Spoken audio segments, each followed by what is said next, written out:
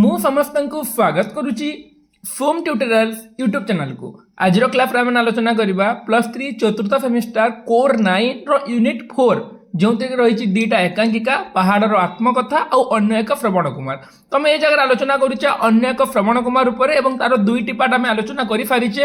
ସେଥିରେ ଆମେ ଦେଖିଥିଲା ଯେ ଅସହାୟ ମା ବାପା କେମିତି ତାଙ୍କ ପୁଅକୁ ଅନେଇକି ରହିଛନ୍ତି। ପୁଅ ସହରରେ ଜଣେ ଉଚ୍ଚପଦସ୍ଥ ଅଧିକାରୀ, ସମ୍ବିତ ଯିଏକି IAS ଅଫିସର, ସେ ଗାଁକୁ ଫେରିନି ଏବଂ ସେ ଜାଗାରେ ତାର ସାଙ୍ଗର ଚରିତ୍ର ଆମେ ଦେଖିଲା ଯିଏକି ସନାତନ। ସେ ଯାଇକି ତାଙ୍କୁ ବୁଝେଇଛନ୍ତି ସହରରେ ଯେ ପ୍ରକୃତରେ ଭଲ ମଣିଷ ହେବା ପାଇଁ। ଏବଂ ଗୋଟିଏ ସାମ୍ବାଦିକ ଯାହାର ନାଁ ହେଉଛି ସମ୍ପଦ, ସେ ମାନେ ଯେତେବେଳେ IAS ଅଫିସର ସମ୍ବିତଙ୍କ ଉପରେ ବହୁତ ଗୁଡ଼ିଏ ଜିନିଷ ଜାଣିବାକୁ ଚାହିଁଛନ୍ତି, ସେ ତାଙ୍କ ଗାଁକୁ ଆସିଛନ୍ତି ଏବଂ ତା ମା ବାପାଙ୍କ ସହିତ କଥାବାର୍ତ୍ତା କରିଛନ୍ତି। ସେଇଟା ଆମେ ଆଲୋଚନା କରୁଥିଲା ଏବଂ କାରୁଣ୍ୟମୟ ପରିବେଶ, ମା ବାପାଙ୍କ ଆଖିରେ ଲୁହ, ସେ ଜିନିଷ ମଧ୍ୟ ଆମେ ଆଲୋଚନା କରିଥିଲେ। ତ ବର୍ତ୍ତମାନ ତୃତୀୟ ଦୃଶ୍ୟ ଦେଖିବା ଆମେ। ସମ୍ପଦ ସତ କହୁଛି ଆଜ୍ଞା, ମୁଁ ଜାଣେନି ଉଦ୍ଧବ କେତେ ଆଶା ଧରି ଗୋପପୁରକୁ ଯାଇଥିଲେ। ତାଙ୍କ ଭିତରେ ହୁଏତ ସେଇ ଠୁଳକରା ଆତ୍ମବିଶ୍ୱାସ ରହିଥିଲା ଯେ ସେ କୃଷ୍ଣଙ୍କ ସମସ୍ୟା କଥା କହି ଗୋପୀ ଗୋପାଳଙ୍କୁ, ନନ୍ଦ ଯଶୋଦାଙ୍କୁ ବୁଝେଇ ଦେଇ ଆସିବେ। ମୁଁ ସେଦିନ ସେଇ ଅପାଣ୍ଡବ ଗାଁକୁ ଗଲାବେଳେ ସେମିତି ଗୋଟେ ଆଶା ଧରି ଯାଇଥିଲି। ଯେ ଏ ଜାଗାରେ ଦ୍ୱାପର ଯୁଗର କଥା କହିଛନ୍ତି ଯେ ଉଦ୍ଧବ କେତେ ଆଶା ଧରି ଗୋପପୁରକୁ ଯାଇଥିଲେ ସେ ଜିନିଷ ଜାଣିନି, କିନ୍ତୁ ମୁଁ ଯାଇଥିଲି ଅପାଣ୍ଡବ ଗାଁକୁ ଗଲାବେଳେ ତାଙ୍କ ପିତାମାତାଙ୍କୁ ବୁଝେଇ ଦେଇ ଫେରିବି। ମାତ୍ର ଫେରିଲା ବେଳେ ଗୋଟେ ଆହତ ମନ ଧରି ସେଠୁ ଫେରି ଆସିଲା ପରେ ସ୍ଥିର କଲି ସମ୍ବିତଙ୍କୁ ପରେ ତାଙ୍କ କ୍ୱାର୍ଟର୍ସରେ ଭେଟିବି। କିନ୍ତୁ ସମସ୍ୟା ହେଲା ତାଙ୍କ ସହିତ ମୋର ଚିହ୍ନା ନାହିଁ। ସାମ୍ବାଦିକ ବୋଲି ପରିଚୟ ଦେଲେ ତାଙ୍କଠାରୁ ଅସଲ କଥା ବାହାରିବ ନାହିଁ। କିଛି ଗୋଟାଏ ଉପାୟ ଖୋଜିବା ପାଇଁ ତାଙ୍କ କୋଠି ସାମ୍ନାରେ ଚକ୍କର ଦେଲି। ସେ ସମୟରେ ମାନେ ଇଏ ଜଣେ ସାମ୍ବାଦିକ ସମ୍ପଦ, ସେ ଯେତେବେଳେ ଗାଁରୁ ଫେରିଛନ୍ତି ସେ ସମୟରେ ସେ ଗାଁରେ ପ୍ରକୃତରେ ସମ୍ବିତଙ୍କର ପ୍ରକୃତ ପରିଚୟ ସେ ପାଇଛନ୍ତି ଏବଂ ତାପରେ ସେ ଚାହିଁଛନ୍ତି ସମ୍ବିତଙ୍କ ସହିତ ଭେଟ କରିବା ପାଇଁ। କିଏ? ସମ୍ପଦ। କିନ୍ତୁ ତାଙ୍କ ସହିତ ତ ଏତେ ନର୍ମାଲି ଭେଟ ପଡ଼ିପାରିବେନି, କାହିଁକିନା ସେ ଜଣେ ଉଚ୍ଚପଦସ୍ଥ IAS ଅଫିସର। ସେତେବେଳକୁ ସନ୍ଧ୍ୟା ହୋଇଥାଏ। ତାଙ୍କ କୋଠି ସାମ୍ନା ଯେଉଁ ଜାଗାରେ ରହୁଥିଲେ ତାଙ୍କ କୋଠି ସାମ୍ନାରେ ଆସିକି ଠିଆ ହୋଇଥିଲେ। ବାହାରେ ଅଦିନିଆ ବର୍ଷାର ଟୋପା। ପୋଟିକୋ ପାଖରେ ଅସ୍ଥିର ପଦଚାରଣା କରୁଥିଲେ ସମ୍ବିତଙ୍କ ପତ୍ନୀ ଲିଜା। ଉଗ୍ର ଆଧୁନିକ ସାଜସଜ୍ଜା ସମ୍ବିତଙ୍କ ଗାଡ଼ି ଧରି ଫେରିଲେ। ଯେ ସମୟରେ ତାଙ୍କ ଘର ସାମ୍ନାରେ ଅପେକ୍ଷା କରିଥିଲେ ତାଙ୍କ ଉପରେ ଜାଣିବା ପାଇଁ କିଏ? ସମ୍ପଦ। ତାପରେ ସେ ସମୟରେ ପଟ୍ଟିକା ଧରିକି ଅସ୍ଥିର ପାଖରେ ମାନେ ପୋଟିକୋ ପାଖରେ ଅସ୍ଥିର ଭାବରେ ପଦଚାରଣା କରୁଥିଲେ ସମ୍ବିତଙ୍କ ପତ୍ନୀ ଲିଜା। ସେହି ସମୟରେ ଅସ୍ଥିର ଭାବରେ ସେ ପାଖରେ ପଦଚାରଣା କରୁଥିଲେ। ଉଗ୍ର ଆଧୁନିକ ସାଜସଜ୍ଜା। ସମ୍ବିତ ଗାଡ଼ି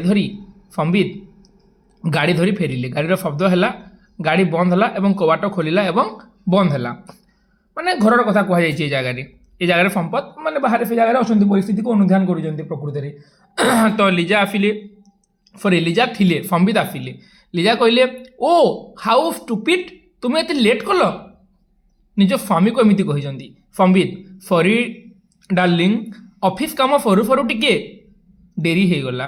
ଲିଜା, ବନ୍ଦ କର ସେ ବାଜେ ଏକ୍ସପ୍ଲେନେସନ୍। ଏଣିକି ତମେ ଘରୁ ଏ ଗାଡ଼ି ନେଇ ଯାଇପାରିବନି। ଲିଜା କହିଲା, ତୁମେ ଏଣିକି ଘରୁ ନେଇକି ଗାଡ଼ି ଯାଇପାରିବନି, ନିଜ ସ୍ୱାମୀଙ୍କୁ କହିଛି ଦେଖ। ସମ୍ବିତ, ଠିକ୍ ଅଛି। ଲିଜା, କ'ଣ ଠିକ୍ ଅଛି? ତମେ ତମ ଅଫିସ୍ ଗାଡ଼ି ବ୍ୟବହାର କରିପାରିବନି? କି ଅଫିସର ହେଇଛ ମ? ତୁମେ କେଉଁ ଅଫିସର ହେଇଛ? ତୁମେ ଜଣେ IAS ଅଫିସର, ତୁମେ ତୁମ ଅଫିସ୍ ଗାଡ଼ି ବ୍ୟବହାର କରିପାରିବନି? ସମ୍ବିତ କହିଲେ, ତମେ ଜାଣ ଲିଜା, ମୁଁ ପିଲାଟି ଦିନରୁ ଯେଉଁ ଆଦର୍ଶରେ ଗଢ଼ା ତାକୁ ବଳି ଦେଇପାରିବେନି। ଅଫିସ୍ ଗାଡ଼ି ଘରୋଇ କାମରେ ବ୍ୟବହାର କରିବା ମୋ ମତରେ ଏକ ଦୁର୍ନୀତି। ଯେ ମୁଁ ଛୋଟ ଦିନରୁ ଯେଉଁ ଆଦର୍ଶରେ ଗଢ଼ା ହେଇଛି, ଯେଉଁ ଆଦର୍ଶ ମୋର ରକ୍ତରେ ମୋ ଦେହର ପ୍ରତିଟି କୋଣରେ ଅଛି, ସେ ଆଦର୍ଶକୁ ମୁଁ ବଳି ଦେଇପାରିବିନି। ଅଫିସ୍ ଗାଡ଼ିକୁ ମୁଁ ମୋ କାମରେ ବ୍ୟବହାର କରିପାରିବିନି। ଲିଜା କହିଲା, ବାଃ କି ଚମତ୍କାର ଆଇଡିଓଲୋଜି। ପ୍ରାଇମେରୀ ସ୍କୁଲ ମାଷ୍ଟର ପିଲା ଏଇ ଶୁଖିଲା ଆଦର୍ଶ ଛଡ଼ା ଆଉ କ'ଣ ଦେଖେଇ ପାରନ୍ତା? ଯେ ପ୍ରାଇମେରୀ ସ୍କୁଲର ମାଷ୍ଟର ପିଲା ଏଇଟା ସିନା ତାର ଆଦର୍ଶ, ଆଉ କ'ଣ ଦେଖେଇ ପାରିବ ସେ? ସମ୍ବିତ କହିଲେ, ଲିଜା ତୁମେ ଭୁଲି ଯାଉଛ, ତମେ ମଧ୍ୟ ସେଇ ପ୍ରାଇମେରୀ ସ୍କୁଲ ମାଷ୍ଟର ବୋହୂ। ଲିଜା, ବୋହୂ? ଆଧୁନିକ ରୁଚି, ଆଭିଜାତ୍ୟ ଆଉ ନୂତନ ମୂଲ୍ୟବୋଧ ସମ୍ବନ୍ଧରେ ଯେଉଁମାନଙ୍କର ଏତେ ଟିକେ ଧାରଣା ନାହିଁ, ସେମାନଙ୍କୁ କିଛି ଗୋଟାଏ ମର୍ଯ୍ୟାଦା ଦେବାକୁ ମୁଁ ଘୃଣା କରେ। ବୋଲେ ନିଜ ମାନେ ତା ବାପାମାନଙ୍କୁ ଘୃଣା କରେ ବୋଲି କହିଛନ୍ତି। ତାପରେ ସମ୍ବିତ କହିଲେ, ସେମାନେ ତୁମ ଘୃଣା କିମ୍ବା ପ୍ରେମକୁ ଅପେକ୍ଷା କରିନାହାନ୍ତି, ଏକଥା ତୁମେ ଭଲ ଭାବରେ ଜାଣ। ଲିଜା, ତା ବୋଲି ମୁଁ ମୋ ରୁଚିକୁ କାହାରି ପାଦରେ ଦଳି ଦେବାକୁ ସୁଯୋଗ ଦେବିନି। ସମ୍ବିତ, ଓ ରୁଚି ରୁଚି ରୁଚି ରୁଚି ଓ ଆଭିଜାତ୍ୟ ନାଁରେ ଆଦର୍ଶହୀନ ହେବା କିମ୍ବା ଲଗାମହୀନ ହେବା କ'ଣ ଭଲ ବୋଲି ଏ ଜାଗାରେ ସମ୍ବିତ କହିଛି। Liza, what does it mean? ତମେ କ'ଣ କହିବାକୁ ଚାହଁ? ମୁଁ ଲଗାମହୀନ, ମୁଁ ଆଦର୍ଶହୀନ, ମୋର କିଛି ଇଜ୍ଜତ ନାହିଁ? ସମ୍ବିତ ଥାଇପାରେ, କିନ୍ତୁ ସେସବୁ ଆମ ସମାଜର ସ୍ୱାସ୍ଥ୍ୟ ପାଇଁ ଶୁଭଙ୍କର ନୁହେଁ। ଲିଜା ତମେ କ'ଣ କହିବାକୁ ଚାହଁ? ସମ୍ବିତ କହିଲା ମୁଁ ଚାହେଁ ତମେ ରକ୍ତ ମାଂସଧାରୀ ଖେଳନାଟିଏ ହୁଅ ନା, ଅନ୍ତତଃ ଭାରତୀୟ ମାଆଟିଏ ହୁଅ। ଲିଜା ଓ ତମେ ମୋତେ ସେଇ ଫର୍ମୁଲା ପକ୍କା ଟ୍ରାଡିସନାଲ ଜାଳରେ ବାନ୍ଧି ରଖିବାକୁ ଚାହୁଁଛ? ସମ୍ବିତ ନା, ମୁଁ ଚାହୁଁଛି ତମେ ବାରମ୍ବାର ମାତୃତ୍ୱକୁ ପ୍ରତ୍ୟାଖ୍ୟାନ ନ କରିକି ଅନ୍ତତଃ ଗୋଟେ ସନ୍ତାନର ଜନନୀ ହୁଅ। ଲିଜା ୟୁ ଷ୍ଟପ୍ ଇଟ୍। ତମର ଅସଲ ଉଦ୍ଦେଶ୍ୟ ମୁଁ ଜାଣିପାରିଛି। ତମେ ମୋଠୁ ମୋ ସ୍ୱାଧୀନତା ଅପହରଣ କରିବାକୁ ଚାହଁ। ସମ୍ବିତ ସ୍ୱେଚ୍ଛାଚାରିତାକୁ ସ୍ୱାଧୀନତା କୁହାଯାଏ ନା। ଲିଜା ସମ୍ବିତ ହାଉ ଡେୟାର ୟୁ ସ୍ପିକ୍? ତମେ କଥା କହିବାକୁ ସାହସ କରିପାରିଲ? ସମ୍ବିତ ସେଇ ସ୍କୁଲ ମାଷ୍ଟର ରକ୍ତ ଏ ସାହସ ଦେଇଛି ଲିଜା। ସେଇ ସ୍କୁଲ ମାଷ୍ଟର ମୋ ବାପା, ତାଙ୍କ ପାଖକୁ ସିନା ସମ୍ବିତ ଯାଇପାରିନି, କିନ୍ତୁ ତାଙ୍କ ଆଦର୍ଶକୁ ନେଇକି ଇଏ ଗଢ଼ି ତୋଳି ହେଇଛି। ସେ କହିଛି ସେଇ ସ୍କୁଲ ମାଷ୍ଟରର ରକ୍ତ ଏ ସାହସ ଦେଇଛି ଲିଜା। ତାଙ୍କର ସେଇ ଅଭାବ ଦୁନିଆରେ ସବୁଠୁ ଦାମିକା ଜିନିଷ ହେଲା ଆତ୍ମ ଅଭିମାନ। ଲିଜା ହଁ, ମରହଟ୍ଟି ଗାଉଁଳି ମଣିଷଙ୍କ ପାଖରେ ଜିଦଖୋର ମନୋଭାବ ଛଡ଼ା ଆଉ କ'ଣ ଥାଇପାରେ? ସମ୍ବିତ ଆଉ କିଛି ନଥାଏ? ଲିଜା ହଁ ଥାଏ। ତାଙ୍କ ମନ ଭିତରେ ଗୁଡ଼ାଏ ଆବର୍ଜନା ଆଉ ଗୁଡ଼ାଏ ଅଶାନ୍ତି। ସମ୍ବିତ ବାସ୍ କେବଳ ଏସବୁ? ଲିଜା ତମେ ବି ସେଇ ଉପାଦାନରେ ଗଢ଼ା ଗୋଟିଏ ଜୀବ। ସମ୍ବିତ ମୁଁ ତ ଅସ୍ୱୀକାର କରୁନି। ଲିଜା ତମର ଟେଷ୍ଟ ବୋଲି ଗୋଟାଏ ଜିନିଷ ଆଦ୍ୟ ନାହିଁ। ଲିଜା କହିଛି ତମର ଟେଷ୍ଟ ମାନେ ଏଇ ସମୟରେ କ'ଣ ହେଇଛି ନା, ପ୍ରକୃତରେ ଯେତେବେଳେ ଲିଜା ଘରେ ଅପେକ୍ଷା କରିଛି କେଉଁଠିକୁ ଯିବାକୁ ସେ ବାହାରୁଥିଲା ଏବଂ ସେଇ ସମୟରେ ସମ୍ବିତ ଗାଡ଼ି ନେଇକି ପହଞ୍ଚିଛନ୍ତି, କିନ୍ତୁ ସେଇଟା ପ୍ରକୃତରେ ସମ୍ବିତଙ୍କର ଅଫିସ ଗାଡ଼ି ନୁହେଁ। କାହିଁକିନା ସେ ଅଫିସ ଗାଡ଼ିକୁ ବ୍ୟବହାର କରିବାକୁ ଚାହାନ୍ତିନି ବ୍ୟକ୍ତିଗତ କାମରେ। ସେ ତାଙ୍କ ପତ୍ନୀଙ୍କ ଗାଡ଼ି, ଲିଜାର ଗାଡ଼ିକୁ ସେ ନେଇକି ଯାଇଛନ୍ତି। ତ ଏ ଜାଗାରେ କୁଆଡ଼େ ଯାଇଥିଲା ବୋଲି ପ୍ରଥମେ ରାଗିଛି, ତାପରେ ତାଙ୍କ ମା ବାପାଙ୍କ ଉପରେ ମଧ୍ୟ ଏ ଜାଗାରେ ଲିଜା ବର୍ଷିଛି, ଯିଏକି ଆଧୁନିକା ନାରୀ। ଏବଂ ସମ୍ବିତ ସେ ଜାଗାରେ ବାରମ୍ବାର କହୁଛି ଯେ ମୁଁ ମୋ ପିତାଙ୍କ ଆଦର୍ଶରେ ଗଢ଼ା, ମୁଁ ଆମ ଘରର ଆଦର୍ଶରେ ଗଢ଼ା, ମୁଁ ଖରାପ ଜିନିଷକୁ ପସନ୍ଦ କରେନି ବୋଲି କହିଛି। ଏବଂ ମାତୃତ୍ୱକୁ ଯେଉଁ ଲିଜା ସବୁବେଳେ ଅବହେଳା କରୁଥିଲା, ସେ ଜିନିଷ କହୁଛି ଅନ୍ତତଃ ଭାରତୀୟ ମାଆଟି ହୁଅ, ସନ୍ତାନର ଜନନୀ ହୁଅ ବୋଲିକି ଏ ଜାଗାରେ ବୁଝେଇଛି। ତ ଲିଜା କହିଲା ତମର ଟେଷ୍ଟ ବୋଲି ଗୋଟେ ଜିନିଷ କିଛି ନାହିଁ, ତମର ଟେଷ୍ଟ ବୋଲି କିଛି ନାହିଁ, ନିଜର ଟେଷ୍ଟ କିଛି ନାହିଁ। ବାବାଙ୍କ କଥା କହୁଛ, ନିଜର କିଛି ନାହିଁ, ଘର ଆଦର୍ଶରେ ମାନେ ଏମିତି କିଛି ତୁମର ଟେଷ୍ଟ ବୋଲି କିଛି ନାହିଁ କି ବୋଲି କହିଛି। ସମ୍ବିତ କହିଲା ତୁମକୁ ଜୀବନ ସାଥୀ କରି ବାଛି ନେବାର ସେ କଥା ପ୍ରମାଣ ଦେଇସାରିଛି। ମୋର ଟେଷ୍ଟ କିଛି ନାହିଁ। ତୁମକୁ ଯେତେବେଳେ ଜୀବନ ସାଥୀ କରି ବାଛିଛି ମୋର ପ୍ରମାଣ ଦେଇପାରିଛି। ମୋର ଟେଷ୍ଟ ଥିଲେ ତୁମକୁ ମୁଁ ଜୀବନ ସାଥୀ କରିକି ବାଛି ନଥାନ୍ତି ବୋଲିକି ସମ୍ବିତ ଲିଜାକୁ କହିଛି। ଲିଜା ସମ୍ବିତ ମୋତେ ଉତ୍ତ୍ୟକ୍ତ କର ନା। ତୁମେ କାହିଁକି ଭୁଲି ଯାଉଛ ତୁମେ ମୋ ଡାଡିଙ୍କ ପଇସାରେ ମୋ ପାଇଁ କିଣା ହୋଇଥିବା ଏକ ଦାମୀ ଖେଳଣା। ମୋତେ ଉତ୍ତ୍ୟକ୍ତ କର ନା, କ'ଣ ଟେଷ୍ଟ ନାହିଁ ବୋଲି କହୁଛ? ତୁମେ କାହିଁକି ଭୁଲି ଯାଉଛ ଯେ ତୁମେ ମୋ ଡାଡିଙ୍କ ପଇସାରେ ମୋ ପାଇଁ କିଣା ହୋଇଥିବା ଏକ ଦାମୀ ଖେଳଣା। এটা ପିଲାମାନେ ଏଇ ସଂଳାପଟା ମନେ ରଖିବରେ, ଏଇଟା ବହୁତ ଇମ୍ପୋର୍ଟାଣ୍ଟ ତୁମମାନଙ୍କ ପାଇଁ। ଏ ଜିନିଷ ଲିଜା କହିଛି ତୁମେ ମୋ ପିତାଙ୍କ ବା ମୋ ଡାଡିଙ୍କ ପଇସାରେ ମୋ ପାଇଁ କିଣା ହେଇଥିବା ଏକ ଦାମୀ ଖେଳଣା।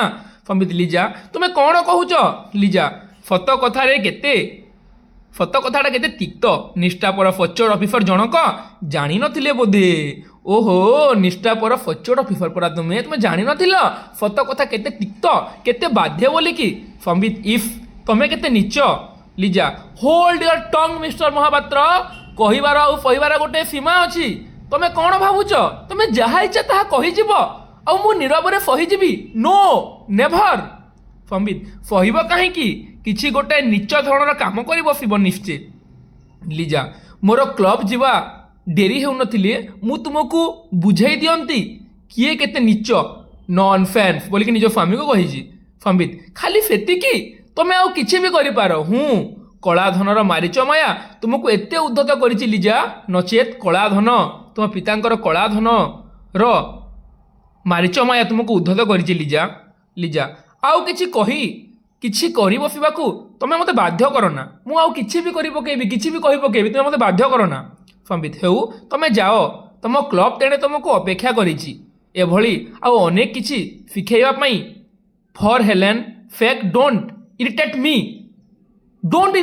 ମୋତେ ଇରିଟେଟ୍ କରନି। ତୁମେ ଯାଅ, ତୁମ କ୍ଲବ୍ ତୁମକୁ ଅପେକ୍ଷା କରିଛି। ଲିଜା ଏଣିକି ଗୋଟେ କଥା ମନେ ରଖିବ, ଏ ଗାଡ଼ିଟା ମୋ ଡାଡିଙ୍କର। ହଁ ସେଇ ଯେଉଁ ତୁମେ କଳାଧନ କଥା କହିଲ, ସେଇ ସୋ କଲ୍ଡ କଳାଧନରେ କିଣା ଜିନିଷ। ନିର୍ମଳ ଭାବମୂର୍ତ୍ତି ଧରି ରଖିଥିବା ଏଇ ଭଦ୍ରଲୋକଟା ଆଉ ଯେମିତି ଏ ଗାଡ଼ି ଛୁଇଁବାର ଦୁଃସାହସ ନ କରେ, ମନେ ରହିଲା? ମୋ ପିତାଙ୍କ କଳାଧନରେ କିଣା ଯାଇଥିବା ଗାଡ଼ି ହେଉଛି ଏଇଟା। ତୁମେ ଯେମିତିକି ଭଦ୍ରଲୋକ, ତୁମ ଭଳିଆ ଭଦ୍ରଲୋକ ଏଇ ଗାଡ଼ି ଛୁଇଁବାକୁ ଯେମିତି ସାହସ ନ କର। এই সময় এতে রাগ লাগুব স্বামীকে, এতে রাগ লাগুব যে দুই গালরে পট পট পট পট পট পট 2-4 চড়কন লগাই দেওয়া কথা। কিন্তু କ'ଣ କରିବେ, ଅଜସ୍ର ଧନରେ ସମ୍ବିତ ଆଧୁନିକ ମାୟାଜାଳରେ ଛନ୍ଦି ହୋଇକି ଗୋଟେ ପ୍ରତିପତ୍ତିଶୀଳ ଧନୀ ଲୋକର ଝିଅକୁ ବିବାହ କରିଛନ୍ତି। ସେ କିଛି କରିବି ପାରିବେ ନାହିଁ ଚାହିଁଲେ ମଧ୍ୟ। ସେ ଏବେ ମାନେ ଗୋଟେ ପ୍ରକାରର ଅସହାୟ ହୋଇଯାଇଛନ୍ତି ସମ୍ବିତ ଏଇ ଜାଗାରେ। ସମ୍ବିତ କହିଲେ ମନେ ରହିଲା, ଖୁବ୍ ଭଲ ମନେ ରହିଲା, ମୁଁ ଆଉ ଗାଡ଼ି ନେବିନି, ଭଲରେ ମନେ ରହିଲା। ଲିଜା ଓକେ, ମାନେ ପୁରା ସେ ଅହଙ୍କାର ଭାବରେ କହିଛନ୍ତି ଓକେ। ଗାଡ଼ି ଷ୍ଟାର୍ଟ କରି ଖୁବ୍ ଦ୍ରୁତ ଗତିରେ ଲିଜା ବାହାରକୁ ଚାଲିଗଲା। ତାପରେ ଆମେ ଦେଖିବା ଚତୁର୍ଥ ଦୃଶ୍ୟ। ସମ୍ପଦ, ଆପଣ କୁହନ୍ତୁ ଏଭଳି ଅବସ୍ଥାରେ ମୁଁ ତାଙ୍କୁ ଦେଖା କରି କେଉଁ କଥା ପଚାରିଥାନ୍ତି? ଯନ୍ତ୍ରଣାର ଦାବ ଦହନରେ ଛଟପଟ ହେଉଥିବା ସମ୍ବିତ ମହାପାତ୍ରଙ୍କ ପ୍ରତି ମନରେ ଦୟା ଆସିଲା। ଏହି ସମୟରେ ସମ୍ପଦ ଯାଇଛନ୍ତି ସମ୍ବିତଙ୍କ ଠାରୁ କିଛି ଜିନିଷ ବୁଝିବା ପାଇଁ, କିନ୍ତୁ ସେ ବାହାରେ ଥାଇକି ଏସବୁ ଦୃଶ୍ୟ ଭିତରେ ଲକ୍ଷ୍ୟ କରୁଛନ୍ତି। ସେ ସବୁକୁ ଶୁଣିକି ତାଙ୍କ ମନରେ ଦୟା ଆସିଲା। ଗୋଟାଏ ଦିଗରେ ଆଜିର ଆବିଳ ରାଜନୀତିର ବନ୍ୟାରେ ନେତା ରୂପୀ ଭୟଙ୍କର ଜଳଚର ଜୀବମାନଙ୍କ ଆକ୍ରମଣ, ଅନ୍ୟପଟରେ କଳାଧନର ଅକ୍ଟୋପସ୍ ସାଜି ପରିବାରର ବୃତ୍ତକୁ ଆସିଥିବା ପତ୍ନୀଙ୍କ ଯନ୍ତ୍ରଣା। ଇଫ୍ ବଡ଼ ଅସହ୍ୟ ପରିସ୍ଥିତି। କେମିତି ଅସହାୟ ଥିବେ ସେହି ସମୟରେ ଆଇଏ ସମ୍ବିତ ମହାପାତ୍ର, ଯେ ଗୋଟେ ପଟେ ଆଜିର ଆବିଡ଼ ରାଜନୀତିର ବନ୍ୟାରେ ନେତା ରୂପୀ ଭୟଙ୍କର, ଯେ ଗୋଟେ ପଟେ ନେତାମାନଙ୍କର ପ୍ରେସର ହେଉଥିବ, MLA MP ମିନିଷ୍ଟର ଫୋନ୍ କରୁଥିବେ ଏଇ ଜିନିଷରେ ସିଗ୍ନେଚର କର, ଏଇ କାମ ତୁମକୁ କରିବାକୁ ପଡ଼ିବ। ଅନ୍ୟପଟେ ନିଜ ଘରେ ନିଜ ସ୍ତ୍ରୀ ମଧ୍ୟ ତାକୁ ଶାନ୍ତିରେ ରଖିପାରୁନଥିବ। ତ ଏହି ସମୟରେ ସେ ବିଚରା ମଣିଷଟା IAS ହେଲେ ମଧ୍ୟ କ'ଣ କରିବ? ଜଣେ ଭଲ ପ୍ରଶାସକ କେମିତି ନିଜ ମନକୁ କଟକଣା କରିପାରିବ? ଇଚ୍ଛା ହେଲା ସମ୍ବିତଙ୍କ ସେ ମନୋଭାବ ଜାଣିବାକୁ। ସେ କେମିତି ବଞ୍ଚି ରହିଛନ୍ତି, ତାଙ୍କ ମନର ପ୍ରତିକ୍ରିୟା କ'ଣ, ସେ ଜିନିଷ ଜାଣି ରଖିବା ଦରକାର। ସେଇଦିନ ମାତ୍ର କେତୋଟି ମୁହୂର୍ତ୍ତ ପରେ ସମ୍ବିତ ବାହାରି ପଡ଼ିଲେ ପଦାକୁ। ଅଦିନିଆ ବର୍ଷା ରାତିରେ ବୟସ ବଢ଼େଇ ଦେଇଥାଏ। କାଳୁଆ ପବନ, ମିଠା ମିଠା ଶୀତ। ତଥାପି ପାଦେ ପାଦେ କରି ରାଜଧାନୀର ରାସ୍ତା ମାପି ମାପି ଚାଲିଲେ ସମ୍ବିତ। କିଛି ବାଟ ଯାଇ ସେ ଟାଉନ୍ ବସ୍ ଧଇଲେ। ମୁଁ ତାଙ୍କୁ ଅନୁସରଣ କଲି। ଏ ଜାଗାରେ ସମ୍ବିତ ଘରୁ ଝିପିଝିପି ବର୍ଷାରେ ବାହାରିଛନ୍ତି ଏବଂ ତାଙ୍କୁ ଅନୁସରଣ କରୁଛନ୍ତି ପରେ ପରେ ସମ୍ପଦ। ଟାଉନ୍ ବସ୍ ବେଶ୍ ଭିଡ଼। ସମ୍ବିତ ରେଲିଂ ଧରି ଛିଡ଼ା ହେଲେ। ତାପରେ ସମ୍ବିତକୁ ନେଇ ସୃଷ୍ଟି ହେଲା ଅସଂଖ୍ୟ ଗୁଞ୍ଜରଣ। ସମ୍ବିତ ସେଇ ବସ୍ରେ, ଜଣେ IAS ଅଫିସର ଜଣେ ବସ୍ରେ ଯାଇକି ଛିଡ଼ା ହେଉଛନ୍ତି, ତାଙ୍କୁ ଫଲୋ କରୁଛନ୍ତି ସମ୍ପଦ। ତାଙ୍କୁ ନେଇକି ଅସଂଖ୍ୟ ଗୁଞ୍ଜରଣ, ଚର୍ଚ୍ଚା ହୋଇଗଲା IAS ଅଫିସର ବସ୍ରେ ବୋଲିକି। ତାପରେ ଜଣେ ବ୍ୟକ୍ତି କହୁଛି କିସ୍, ଦ୍ୱିତୀୟ କ'ଣ, ଏକ ମୋ ଦେଖୁଛୁ, ଦୁଇ କିଏ, କେଉଁଠି, ମାନେ ସେ ବସ୍ ଭିତରେ ଏମାନଙ୍କୁ ଦେଖିକି ଚର୍ଚ୍ଚା ହୋଇଛି। ପ୍ରଥମ ବ୍ୟକ୍ତି ଜଣେ କହିଛି IAS ସମ୍ବିତ ମହାପାତ୍ର। ଦ୍ୱିତୀୟ ଆରେ ହଁ ତ ଅପୂର୍ବ। ଏକ ମୋ ଆବେ ଆସ୍ତେ, ଏଇଠି ପାର୍ଟିଟା କାହିଁକି କରୁଛୁ? ଦୁଇ ହଇରେ ସେ ଆଜି କ'ଣ ଟାଉନ୍ ବସ୍ରେ? ଏକ ମୋ ପୁଣି ଷ୍ଟାଣ୍ଡିଂରେ ଯାଉଛି, ବୁଝିଲୁ, ୟା ଭିତରେ କିଛି ରହସ୍ୟ ଅଛି। ଥାଉ ଯେଉଁ ରହସ୍ୟ, ସେଥିରୁ ଆମକୁ କ'ଣ ମିଳିବ? ନମସ୍କାର ସାର୍, ନମସ୍କାର। ସମ୍ବିତ କହିଲେ ନମସ୍କାର। ଓହୋ, ଅଜବ ମଣିଷଟା ଇଏ, ବିଚିତ୍ର ବୋଲି କହେ ସମସ୍ତେ ତାକୁ ନମସ୍କାର କରିଛନ୍ତି। ପୁଣି ଗାଡ଼ି ସେ ଜାଗାରେ ଚାଲିଛି ବସ୍ରେ। ପାଞ୍ଚମ ସମ୍ପଦ, ଆଜ୍ଞା। এই ସମ୍ପଦ ଦର୍ଶକମାନଙ୍କୁ କହୁଛି ମୋରି କାମ ମୋତେ ଗୋଟେ ଡିଟେକ୍ଟିଭ୍ କାମ ଭଳି ମନେ ହେଉଥିଲା। ମୁଁ ସମ୍ବିତ ମହାପାତ୍ରଙ୍କ ବ୍ୟକ୍ତିଗତ ଜୀବନ ଭିତରେ ଏକାବାରକେ ହଜି ଯାଇଥିଲି। ଏହି ସମୟରେ ସମ୍ପଦ ସବୁ ଜିନିଷ ଜାଣିବାକୁ ଚାହିଁଛି। ପ୍ରଥମେ ତାଙ୍କ ଅଫିସକୁ ଯାଇଛି, ଅଫିସରୁ ଘରକୁ, ଘରରୁ ତାଙ୍କ ପାରିବାରିକ ଜିନିଷ ସବୁ ଜିନିଷ ଜାଣିଛି। ତାପରେ ବସ୍ରେ ମଧ୍ୟ ତାଙ୍କୁ ଫଲୋ କରୁଛି। ମୁଁ ଭାବୁଥିଲି ଏ ଜଣଙ୍କର ଜୀବନ କଥା ନୁହେଁ, ଇଏ ଗୋଟେ ସମ୍ପ୍ରଦାୟର ଅକୁହା କାହାଣୀ। ସମ୍ବିତ ସେଦିନ ଟାଉନ୍ ବସ୍ରୁ ଓହ୍ଲାଇ ଅମଡ଼ା ମାଡ଼ି ଚାଲିଲେ। ସେ ଏମିତି ଚାଲୁଥିଲେ, ଦେଖିଲେ ମନେ ହେବ ସେ ନିଜେ ଜାଣନ୍ତିନି ସେ କୁଆଡ଼େ ଯାଉଛନ୍ତି। ଯାଉ ଯାଉ ରାଜଧାନୀରେ ଜମି ଆସୁଥିବା ନୂଆ ବସତି ଅଞ୍ଚଳରେ ପହଞ୍ଚିଲେ। ଯାଉ ଯାଉ ରାଜଧାନୀରେ ଜମି ଆସୁଥିବା ଗୋଟେ ନୂଆ ବସତି ଅଞ୍ଚଳରେ ପହଞ୍ଚିଲେ। ଗୋଟେ ଘର ସାମ୍ନାରେ ସେ ଅଟକିଗଲେ। ଘରଟି ନିଶ୍ଚୟ ତାଙ୍କର ଗାଁ ସ୍ମୃତି କଥା ତାଙ୍କର ମନରେ ଚେଇଁ ଆଣିଲା। ଗୋଟେ ଘର ପାଖରେ, ତାଙ୍କ ଗାଁରେ ଯେମିତି ଘର ଥାଏ ସେମିତି ଘର ଗୋଟେ ସେ ଜାଗାରେ ଥିଲା, ସେଇଠି ସେ ଅଟକିଗଲେ। ଚାଳ ଘର, ସତେ ଯେମିତି ଗ୍ରାମ୍ୟ ସଂସ୍କୃତିର ମଞ୍ଜିଟିଏ ଆଣି କିଏ ଜବରଦସ୍ତି ରାଜଧାନୀରେ ଲଗେଇ ଦେଇଛି। ଘର ଭିତରେ କେହି ଜଣେ ଭାଗବତ ପଢ଼ୁଛି। ସେ ସମୟରେ ସେ ଶୁଣିକି, ସେ ସମୟରେ ଗୋଟେ ଘରକୁ ଦେଖିକି ତାକୁ ଚିହ୍ନା ଘର ଭଳିଆ ଲାଗିଲା, ଗାଁର ଘର ଭଳିଆ ଲାଗିଲା। ସେ ଜାଗାରେ ସେ ଅଟକିଗଲେ। ଭାଗବତ ପାଠର ଝଙ୍କାର ମୃଦୁ ମୃଦୁ ସେ ଜାଗାରୁ ଭାସି ଆସୁଥିଲା ଘର ଭିତରୁ। ସେଇ ଘର ସାମ୍ନାରେ ଅନେକ ବେଳୁ ଠିଆ ହୋଇଥିଲେ ସମ୍ବିତ। ନିରାପଦ ଦୂରରେ ମୁଁ ତାଙ୍କୁ ଲକ୍ଷ୍ୟ କରୁଥାଏ। ଏହି ସମୟରେ ଘର ଭିତରୁ ବାହାରି ଆସିଲା 5-6 ବର୍ଷର ପୁଅଟି। ଏହି ସମୟରେ ସେ ଜାଗାରେ ସମ୍ବିତ ଠିଆ ହୋଇଛନ୍ତି। ବର୍ଷା ଝିପିଝିପି ହେଉଥିଲା। ସେ ସମୟରେ ସେ ଘରୁ ବାହାରି ଆସିଲା ଗୋଟେ 5-6 ବର୍ଷର ପୁଅ ଏବଂ ଏ ଜାଗାରେ ସମ୍ବିତ ସେ ଘରକୁ, ମାନେ ସେ ଘର ବାଟରେ ଠିଆ ହୋଇଛନ୍ତି। ଦୂରରୁ ତାଙ୍କୁ ଠିଆ ହେଇକି ଲକ୍ଷ୍ୟ କରୁଥାଏ ସମ୍ପଦ, ଯିଏକି ସାମ୍ବାଦିକ। ତାର ସେ ଘରୁ ଗୋଟେ ଛୋଟ ଛୁଆ ବାହାରିଲା, ଯାହାର ନାଁ ରାହୁଲ। ରାହୁଲ କହୁଛି ନମସ୍କାର, ବାପାଙ୍କୁ ଖୋଜୁଛ? ସମ୍ବିତ ବାପା? ହଁ ମୁଁ ବାପାଙ୍କୁ ଖୋଜୁଛି, କ'ଣ କହିବେ ସମ୍ବିତ କିଛି ଜାଣିପାରିନାହାନ୍ତି। ରାହୁଲ କହିଲେ ହେଁ, ଏଠି ତ ମୋ ବାପା ରୁହନ୍ତି। ସମ୍ବିତ ପ୍ରକୃତିସ୍ଥ ହୋଇ ତୁମ ବାପା? ରାହୁଲ ଏଠିକି ଆସୁନା, ବାହାରେ କାହିଁକି ଠିଆ ହେଇଛ? ମେଘ ପକଉଛି ପରା। ଆରେ ବର୍ଷା ହେଉଛି ପରା, ଭିତରକୁ ଆସ ବୋଲି ଗୋଟେ ଛୋଟ ଛୁଆ ରାହୁଲ ମାନେ ସମ୍ବିତକୁ ଘରକୁ ଡାକିଛି। ରାହୁଲ ମା' କହୁଥିଲେ ଅଦିନିଆ ମେଘରେ ତିନ୍ତିଲେ ଥଣ୍ଡା ଧରେ। ଆଚ୍ଛା ତୁମ ମା' କ'ଣ ତୁମକୁ ଏ କଥା କହିନାହାନ୍ତି? ତୁମେ ବର୍ଷାରେ ଭିଜୁଛ? ଛୋଟ ଛୁଆଟା ସମ୍ବିତକୁ ପଚାରିଛି। ସମ୍ବିତ ମୋ ମା' ହଁ କହିଥିଲେ, ମୁଁ ଯାଉଛି। ଉଠି ଚାଲି ଯାଉଥିଲେ ସେ ଅନ୍ୟମନସ୍କ ଭାବରେ। ରାହୁଲ ତମେ ଚାଲି ଯାଉଛ, ତମର ବାପାଙ୍କ ସାଙ୍ଗରେ ଦେଖା କରିବନି? ମାନେ ସେ ଫାଷ୍ଟରେ ପଚାରି ଦେଇଛି ନା ତ ବାପାଙ୍କୁ ଦେଖା କରିବାକୁ ଆସିଛ ବୋଲିକି, ଇଏ ଅନ୍ୟମନସ୍କରେ ହଁ ବୋଲି କହିଦେଇଛନ୍ତି। ତ ସେ ଛୁଆ ପଚାରୁଛି କି ତ ବାପାଙ୍କ ସାଙ୍ଗରେ ଦେଖା କରିବନି? ସମ୍ବିତ ବାପା? ରାହୁଲ ବାପା ଭାଗବତ ପଢ଼ୁଛନ୍ତି, ପଢ଼ି ସାଇଲେ ଆସିବେ, ତୁମେ ଏଇଠି ବସ। ଭଲ ଭାବରେ ବସୁନ, ବାବୁଙ୍କ ଭଳି ବସ। ଭଲ ଭାବରେ ବସ ବୋଲି ରାହୁଲ ସମ୍ବିତକୁ କହୁଛି। ବାବୁ ତୁମ ବାପା?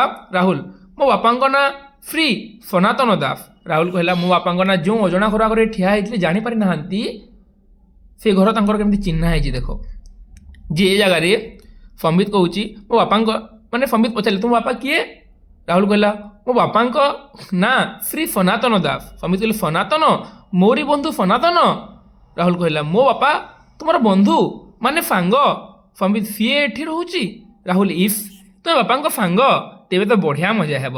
ବାପା ସବୁବେଳେ କହନ୍ତି ତାଙ୍କର ଭଗବାନ ଛଡ଼ା ଆଉ କେହି ନାହାନ୍ତି। ଆଚ୍ଛା ତୁମେ ତ ଭଗବାନ ନୁହଁ? ସମ୍ବିତ ଭଗବାନ?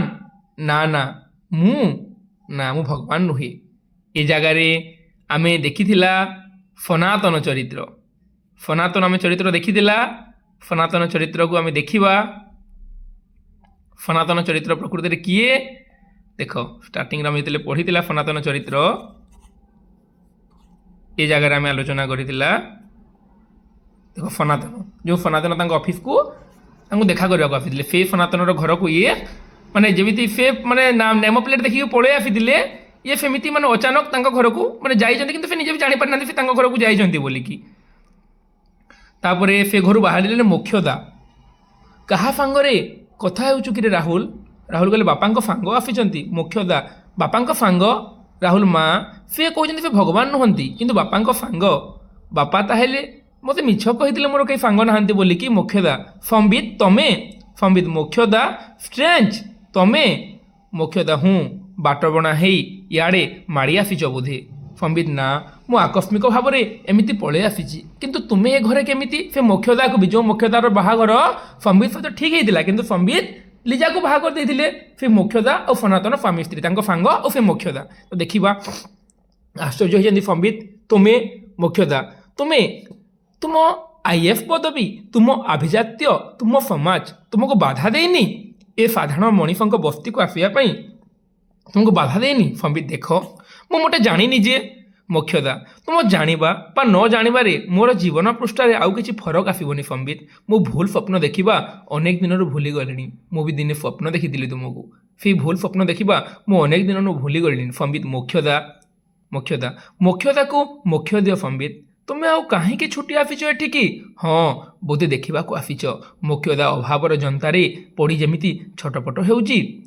ସମ୍ବିତ ତମେ ଭୁଲ ବୁଝୁଛ ମୋକ୍ଷଦା, ମୁଁ ମୋଟେ ଜାଣିନଥିଲି ତମେ ଏଠି ବୋଲି। ଅଚାନକ ଭାବରେ ସମ୍ବିତ ସେଟାକୁ ପଳେଇ ଆସିଛି ଏବଂ ସେ ଜାଗାରେ ସାକ୍ଷାତ ହେଇଯାଇଛି ତାର ମୋକ୍ଷଦା ଆଉ ସନାତନ ସହିତ। ମୋକ୍ଷଦା ତୁମେ ତ ଅନେକ କଥା ଏ ଦୁନିଆର ଜାଣିନ। ତୁମ ଭଳି ଭିନ୍ନ ଖୋଲପାରେ ରହୁଥିବା ମଣିଷ ସେସବୁ କଥା ଜାଣିବା ବି ସମ୍ଭବ ନୁହେଁ। ମୋକ୍ଷଦା ତମକୁ ବୁଝାଇବା ପାଇଁ ମୋ ପାଖରେ ଭାଷା ନାହିଁ। ମୋକ୍ଷଦା ତାପରେ କହିଛି ମୋତେ କିଛି ବୁଝାଇବା ଦରକାର ନାହିଁ। ତମେ ଏତିକି ଜାଣି ରଖ ମୁଁ ଖୁବ୍ ଖୁସିରେ ଅଛି। ମୋତେ ଯେଉଁ ସୁଖ ମିଳିଛି ତାଠାରୁ ଅଧିକ କିଛି ପାଇବି ବୋଲି ମୁଁ କେବେ କଳ୍ପନା କରିନଥିଲି। ମୋତେ ଠିକ୍ ଭାବେ ବୁଝିପାରୁଥିବା ସ୍ୱାମୀଟିଏ ପାଇଛି। ଦି ଓଳି ଦି ମୁଠା ପେଟ ଭରି ଖାଉଛି। ଦେହକୁ ଢାଙ୍କିଲା ଭଳିଆ ଲୁଗା ଖଣ୍ଡେ ମିଳୁଛି। ରାହୁଲ ଭଳି ପୁଅଟି ଭଗବାନ ଦେଇଛନ୍ତି। ବାସ୍ ହସୁଛି, ଖେଳୁଛି, ବଞ୍ଚିଛି। ରାହୁଲ ମା ଏ ବାପାଙ୍କର ସାଙ୍ଗ ନା ତୁମର ସାଙ୍ଗ ବୋଲି ରାହୁଲ ପଚାରିଛି। ମୋକ୍ଷଦା କହିଲେ ଏ ପ୍ରଶ୍ନ ବରଂ ତାଙ୍କୁ ପଚାର, ସେ ପ୍ରକୃତରେ କାହାର କ'ଣ? ରାହୁଲ ତୁମେ କୁହ ନା ମା। ମୋକ୍ଷଦା ଦେଇପାରିବ ରାହୁଲର ଏ ପ୍ରଶ୍ନର ଉତ୍ତର? ତୁମେ କାହାର ସାଙ୍ଗ ବୋଲିକି ବୋଲେ ସମ୍ବିତକୁ କହିଛନ୍ତି। ସମ୍ବିତ ତୁମେ ତେବେ ସନାତନକୁ ବିବାହ କରିଛ? ରାହୁଲ ଯା, ଆଉ ମଜା କରିହେବନି, ବାପାଙ୍କର କଥା ସତ ହେଇଯିବ। ସମ୍ବିତ मोर बंधु फेई सनातन मोक्षदा किंतु से मोर भाग्य आउ भगवान तुम बंधु सिना किंतु से मोर भाग्य आउ भगवान संबित मोक्षदा जीवन में तुमको किसी मागिबार सुजोग मुझे पाई नी आज मागुची मोक्षदा सेमती चाह रही तुम्हें मत क्षमा दे पार मोक्षदा क्षमा संबित हाँ क्षमा मोक्षदा कहले भिखारी को भिक मागिले पेट पूरबनी संबित जदि तुम क्षमा मागिबार आंतरिकता थाए तेबे तुम बापा माँ को जाकि क्षमा माग तुम बापा माँ पाखक जाओ जो मैंने तुमको एत बड़ मनीष गले मत क्षमा मागे किसी ना भिखारी को भिक मागिले कौन पाइब संबित बापा मोक्षदा कही मो पणत काणी आंजुलाई हस खुशी बांधी देइचंती से निज झील भली बेदी रे बसाई से मते बाधा देइचंती से मते बाहा देइचंती मते हसिबा शिखैचंती जे जो जगार मोक्षदा तांको पितांकर सांगर बंधु थिला संबितकर से समय से स्थिर करथिले जे संबित सहित मोक्षदार बाहा करिवे बोलिकी किंतु संबित जेतेबेले सहर को पळै आसिक आ गाँ को फेरिनी से समय से मोक्षदा को निज झील रूपे ताकू सनातन हाथ में टेकी देइचंती संबितकर बापा संबित मो बापा तुम विवाह माई गॉड मोक्षदा विदाय बेलरे लुह पोछि कहिथिले माँ मोर तोते कौ रूप में देखा जाइली तोते मो घर बहु रूप में संबितर पत्नी रूप में देखा चाहती किंतु आज कौ रूप में देखी पारिबु जदि मते क्षमा करदेबु ये कहीकि मोक्षदा कांदी कांदी उठी मोक्षदा को बहु रूप में पाइबा चाहती किए जे माने संबितर पिता किंतु कौन करिसंती जे मोक्षदा को निज झील हिसाब से अन्य पु हाथ में बह करिसंती संबित जेहेतु पळै आसीची संबित हे भगवान मु कौन कली मोक्षदा तुम्हें चली जाऊच संबित पळौची से समय संबित हाँ बहुत विलंब हो गलानी मत अनेक बाट जावाक हेब मोक्षदा आसीच जेतेबेले सनातन को देखा करबनी राहुल पापा को देखा करिवे इफ ताहेले से बापा सांग राहुल मैंने खूब छोट छुआ से जानी बापा सांग कहले से खूब राहुल ताहेले खूब मजा है मु बापा को डाकी आनी सी आज धरा पड़े बापा बापा मत ठकुले कहीं सांग नहांती बोलिकी छोट छुआ डाना तार बुद्धि केमी से कही मो बापा को डाकी आने से मैंने देखा करेंगे बोलिकी संबित राहुल को मोर मोपाई गोटे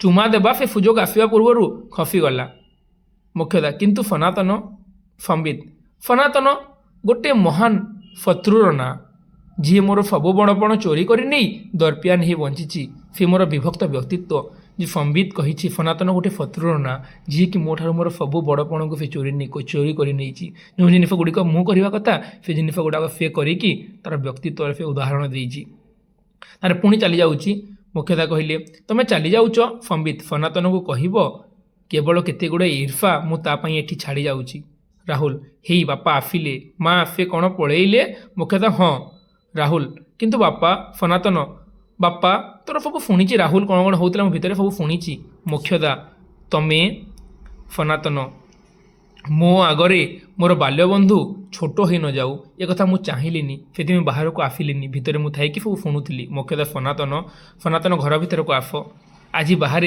पाग खराब रास्तार संबित अन्य मानक चली भेटी सांबादिक संपद आतर्कित भाव में बाटरे भेटिले संपद पचारि लास्ट भेटी संबित को बाटरे आज्ञा नमस्कार संबित कहला नमस्कार कहतु कौन कहे संपद मु आपणकर जंत्रणा जाने संबित कहले जंत्रणा मोर किछि संपद मु जने सांबादिक तेणु किछिटा संबित कहले सांबादिक मो ऑफिस को आसतु प्रेस नोट थिले देदेवी संपद आपण विषय में मोर व्यक्तिगत प्रश्न संबित कहले पचारे पचारतु संपद कहते अंध मुनि भली दंपति भली गाँव में आपण बापा माँ अपेक्षा करिसंती आपण कौन तांको पाखक फेरीजे संबित कही पानी खोजुची पानी मिलिले तांको पाखक नहीं जीवी संपद पानी किंतु आपण तो निजे संबित मु हेउची बत्ती सिंहासनर माटी गदारे बसिथिबा सेई गौड़ टोका बुझिले हा हा हा गोटे फुखिला अट्टहास्यर प्रतिध्वनि उठिला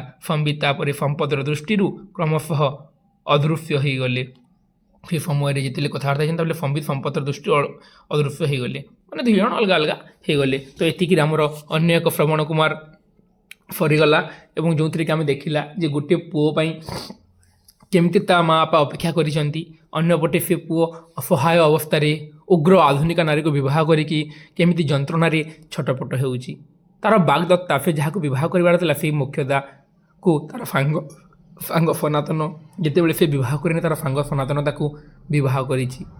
ସେ ସନାତନ ମହାନତାର ପରିଚୟ ଦେଇଛି। ଯେଉଁ ଝିଅକୁ ନିଜ ବୋହୂ ରୂପରେ ଗ୍ରହଣ କରିବା ପାଇଁ ସୌମିତ୍ର ବାପା ମନସ୍ଥ କରିଥିଲେ, ସେ ବୋହୂକୁ ନିଜ ଝିଅ ରୂପରେ ସେ ଅନ୍ୟ ପୁଅ ହାତରେ ଟେକି ଦେଇଛନ୍ତି। এই ଜିନିଷଗୁଡ଼ିକୁ ଆମେ ଦେଖିବାକୁ ପାଇବା ସେହି ସମୟର ଶ୍ରବଣ କୁମାର ଏବଂ ଏହି ସମୟର ଶ୍ରବଣ କୁମାର। ଇଏ ସମ୍ବିତ ଏ ଜାଗାରେ ନିଜ ପିତାଙ୍କ ଆଦର୍ଶରେ ଗଢ଼ା ହେଇଛି। ତାଙ୍କ ପିତାଙ୍କ ଆଦର୍ଶକୁ ସେ ଭୁଲି ପାରିନି। ସବୁ ଜାଗାରେ ନିଜ ପିତାଙ୍କର ଆଦର୍ଶକୁ ନେଇକି ହିଁ ଚଳିଛି, କିନ୍ତୁ ସେ ନିଜ ପିତାମାତାଙ୍କ ପାଖକୁ ଗାଁକୁ ଫେରି ଯାଇପାରିନି। ସେ ବର୍ତ୍ତମାନ ଅସହାୟ ଅବସ୍ଥାରେ ସହରରେ ବଞ୍ଚି ରହିଛି ଏବଂ ଏଇଭଳି ଭାବରେ ଏଇ ଯେଉଁ ଶ୍ରବଣ କୁମାର, ଯାହାକୁ ଆମେ କହୁଛୁ ସମ୍ବିତ ବୋଲିକି, ସେଇଭଳି ଭାବରେ ଗୋଟେ ଚରିତ୍ରକୁ ମୁଖ୍ୟ ଚରିତ୍ର କରିକି ଏଇ ଏକାଙ୍କିକାର ପରିକଳ୍ପନା କରିଛନ୍ତି ଡକ୍ଟର ରତ୍ନାକର ଚଇନି। ସେ ଉପରେ ଆମେ ବର୍ତ୍ତମାନ ଆଲୋଚନା କରିସାରିଲେ ଏବଂ ଯାହାକୁ ବି ତୁମର ଏଇ ରିଲେଟେଡ଼ କିଛି ଡାଉଟ୍ ଥିବ ଦେନ୍ ତୁମେ ମୋତେ କମେଣ୍ଟ ମାଧ୍ୟମରେ ପଚାରିପାରିବ। ଯାହାକୁ କୌଣସି ଜିନିଷ ବୁଝି ନହେଲା, କୌଣସି ସଂଳାପ ବୁଝି ନହେଲା କିମ୍ବା ଆଉ କିଛି ବୁଝି ନହେଲା, ଦେନ୍ ତୁମେ ମୋତେ କମେଣ୍ଟ ମାଧ୍ୟମରେ ପଚାରିପାରିବ। ମୋ କଥାକୁ ଧ୍ୟାନର ସହିତ ଶୁଣୁଥିବାରୁ ଏବଂ ଭିଡ଼ିଓଟିକୁ ଶେଷ ପର୍ଯ୍ୟନ୍ତ ଦେଖିଥିବାରୁ ସମସ୍ତଙ୍କୁ ହୃଦୟରୁ ଧନ୍ୟବାଦ। ଜୟ ଜଗନ୍ନାଥ, ଜୟ ମା ସମଲେଇ। ପୁଣି ଦେଖା ହେବା ଆମ ଆଗାମୀ ଭିଡ଼ିଓରେ ଏବଂ ସେଥିରେ ଆଲୋଚନା କରିବା ଯାହାର ଲାଷ୍ଟ ଯେଉଁ ରହିଛି ସୁରେନ ମହାନ୍ତିଙ୍କ ପାହାଡ଼ର ଆତ୍ମକଥାରେ। ସେ ଜାଗାରେ ପାହାଡ଼ ମାନେ ଗୋଟେ ବୃଦ୍ଧ ବ୍ୟକ୍ତି ସେ କେମିତି ନିଜ ଆତ୍ମକଥା କହି ଚାଲିଛି, ସେ ବିଷୟରେ ଆମେ ଆଲୋଚନା କରିବା ଆମର ନେକ୍ସଟ କ୍ଲାସ୍ରେ।